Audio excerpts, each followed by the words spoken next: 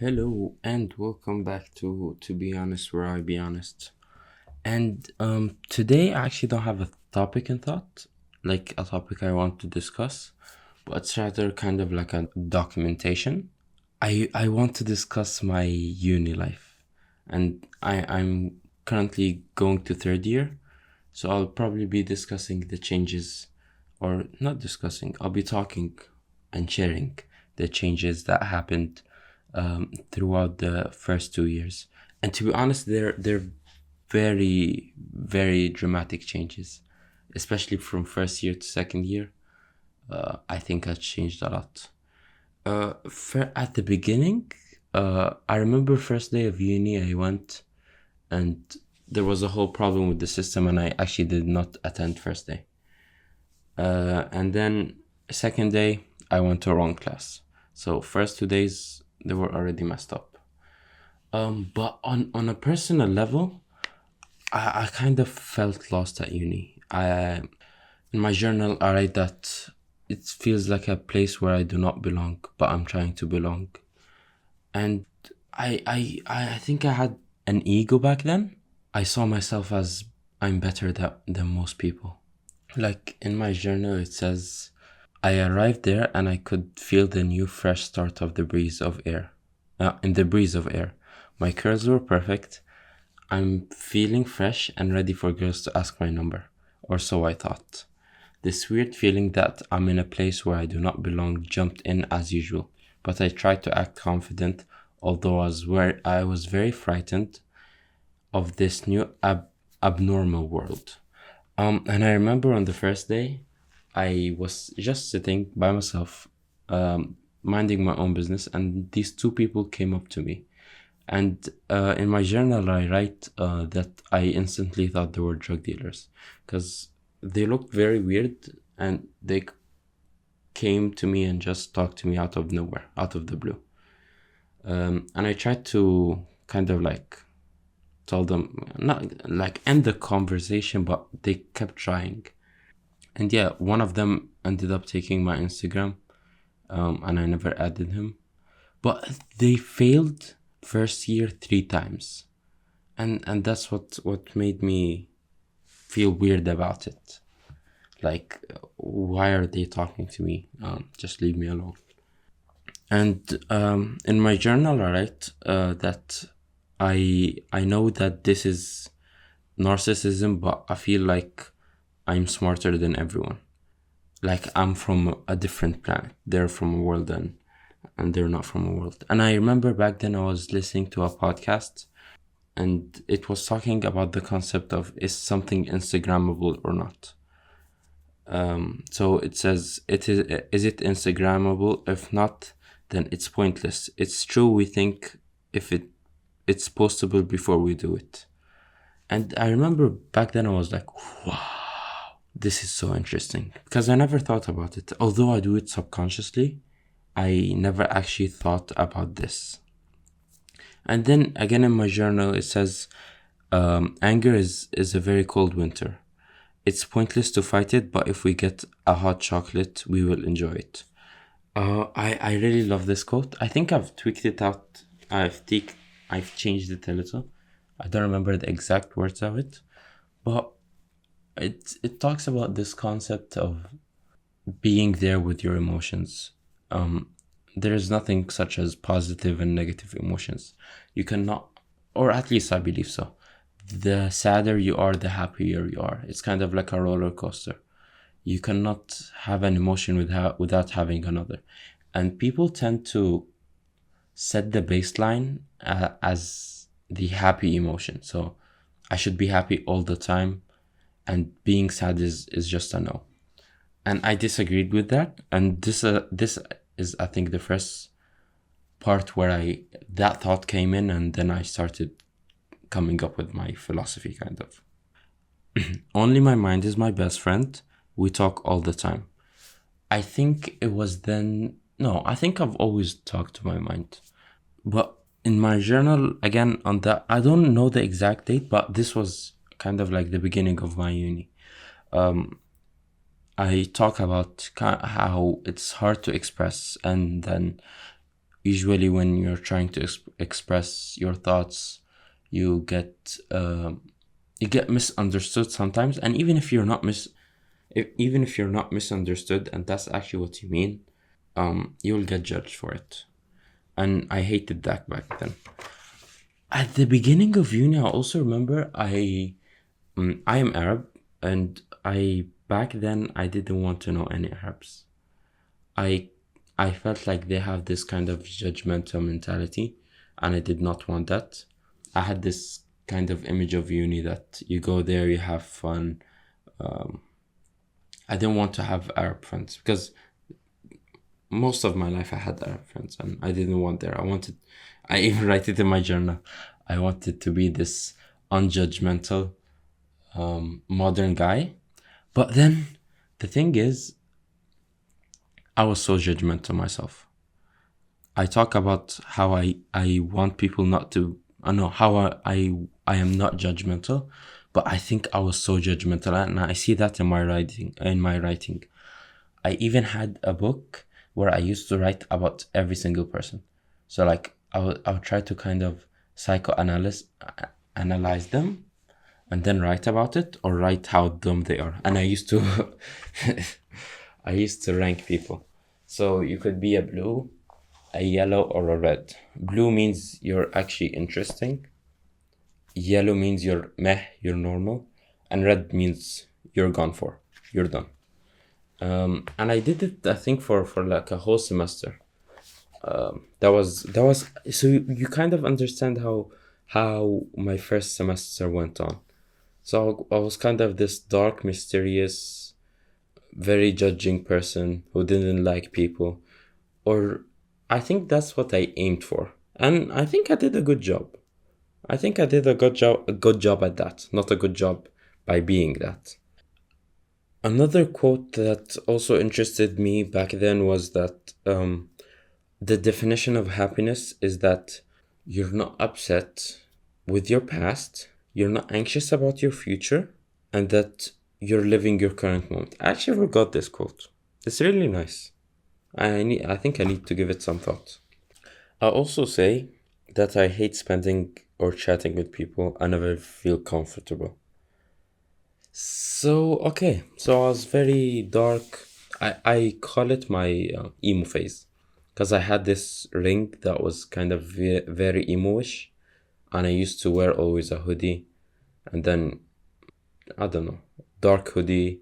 Oh, and I had long hair, so I called that my emo phase, and I hate it. I really hate it. But then if we scroll over a bit, so I met people who were at the place I wanted to be. So I wanted to live the typical uni life, um, be very free, go parties, blah blah blah, which I actually never got to do. But then they were there, and I accompanied them for a bit. So I sat with them during during uni, had lunch multiple times, and I didn't feel like that's where I belong. So I went there. So let's go back. So I went there. I didn't want to know people who are from where I'm from, or have who I didn't want to know Arabs. But at the same time, I didn't feel like I belong with the modern people or the Europeans, let's say. So I was kind of in between.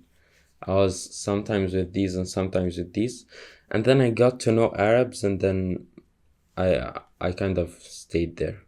During my first semester, I was taking advanced English, and that got me really interested in philosophy. One of the quotes I quoted is, "The lover of beautiful things has a desire. What does he desire? That they become his own."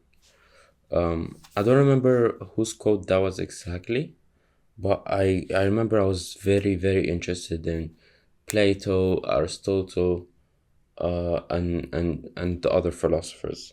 And it's during the first semester that I turned 18, and I felt like at 18 I should do something. I was 18.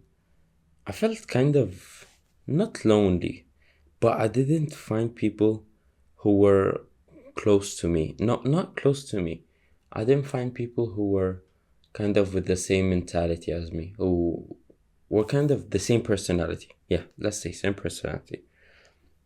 So I had there was always this element of loneliness. So in Turkey they have this kind of Ataturk moment of silence. And it was my first time experiencing it because I was on my way to uni, and then suddenly everyone stopped and they just stood there for like a minute of silence. The idea of like everyone stopping, it gave me goosebumps, and they were like all very emotional. Usually people think I'm crazy because people are just standing, but I found it very interesting. It's one of my, I think, one of the most interesting moments during my first year.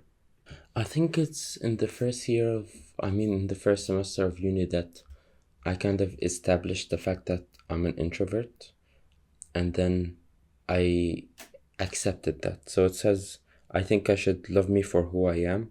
I'm an introvert. I struggle with friends and relationships, and I love spending time alone because I'm not judged by anyone. I'm comfortable, and I do what I enjoy with my best friend, my mind. So, okay, that's very interesting. Then I got to know very fun people. I remember. Then uni started to become actually uni.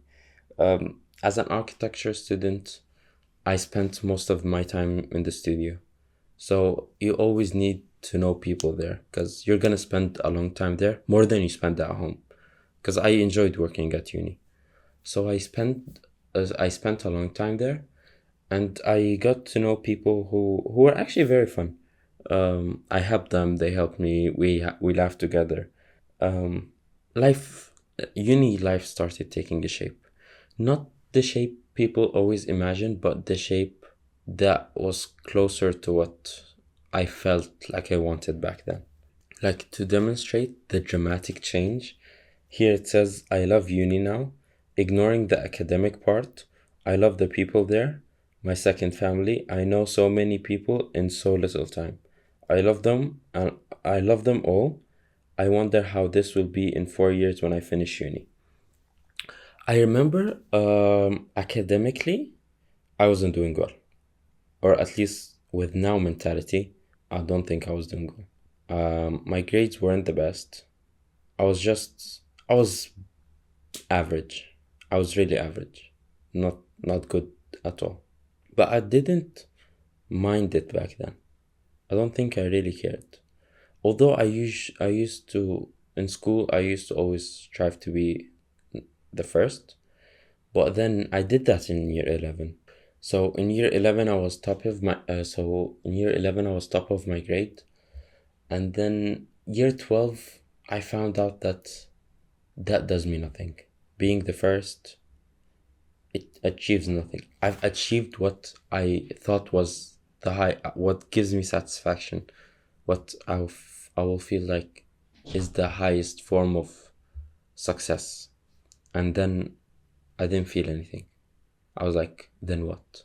So in year 12, I didn't push it that much. I got a very high grade, but I didn't want to be the first. I didn't really care. So I think that kind of mentality pushed over to kind of the first semester in uni. And that's until the finals. Yeah, the finals of first semester. So in the finals of first semester, I was not satisfied by my project. Um, I was very not proud of it. I didn't do that bad. I remember I later knew my grade, which was a B plus, but I didn't do good on my midterms and I didn't do that good on my finals. And I write that I need to change. So I write that I'm very disappointed of myself. I love basic design, which was the subject I took in first semester, my studio. I enjoy it. I find it challenging, which is something I love. But for some reason, there is a cage that is not allowing me. That's not allowing my potential to explode, and that is annoying me. Yeah, first semester ended badly, and between the semesters, I don't remember what I did. I think I spent. Oh, okay. So between semester one and semester two, the Turkey earthquake happened, and then I spent most of my holiday. I yeah. So I spent most of my holiday in the house reading. Um, I didn't really do anything. Yeah, I didn't do. I think I was resting from the amount of effort I've put into the first semester. And then in the second semester, it wasn't that big of a change. So half of the semester was online, which was very bad, boring. But the other half, I actually started to become a little better. I started to actually not, no, I actually still thought of myself as better than everyone. And then I think people also feed my ego. Not that I'm not, like, people would come and ask me, like, what do you think of this? Or how could we do this? Although now that I'm thinking of it, I wasn't that good back then. My grades weren't that high. I wasn't doing that well, but yet people were still asking for my advice. So I think that kind of fed a little to my ego. But second semester was less depressing. I didn't spend. I didn't kind of. I didn't judge people that much. I didn't always think that I'm better than everyone and so on. I just lived it. Like there's a repeating. I think I used to journal every day. In the second semester, almost every day. And there's kind of this repeating concept of boring, boring, boring, boring. So I I I tried to achieve something, but then the usual journal days goes like boring day, nothing achieved, and it repeats. I there's a day called gym start. I went to the gym once and I didn't do it again. Another day I talked about how I should wake up at 6 in the morning, go for a run or a walk, because I didn't have time in the afternoons, so my only time was in the morning. And yeah, I never did that. So I think second semester was kind of slowly developing what will happen in semester three. But then before semester three, there's actually summer, and summer is kind of, in my opinion, this the summer after year one was the most important summer in my life, and probably my favorite. Uh, there was a dramatic changes. It was I don't know why it was that dramatic, but it was very interesting. But I think I'll do that in another episode. So next episode will probably be summer and then second year, and you will see the change. You will. So thank you for listening, and see you next episode.